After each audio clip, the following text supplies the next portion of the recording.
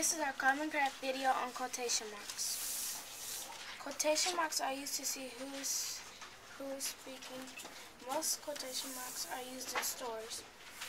For example, if Tasha said, "What's the homework?"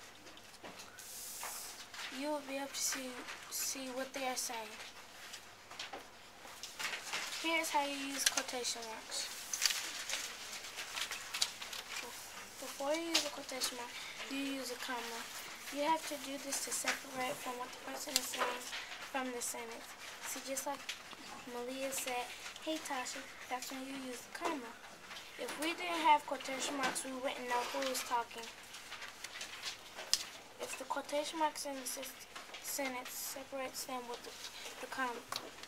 If the quotation marks is one sentence, separate them with the commas.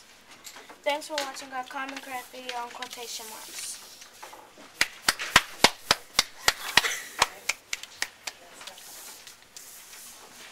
Let's go watch it.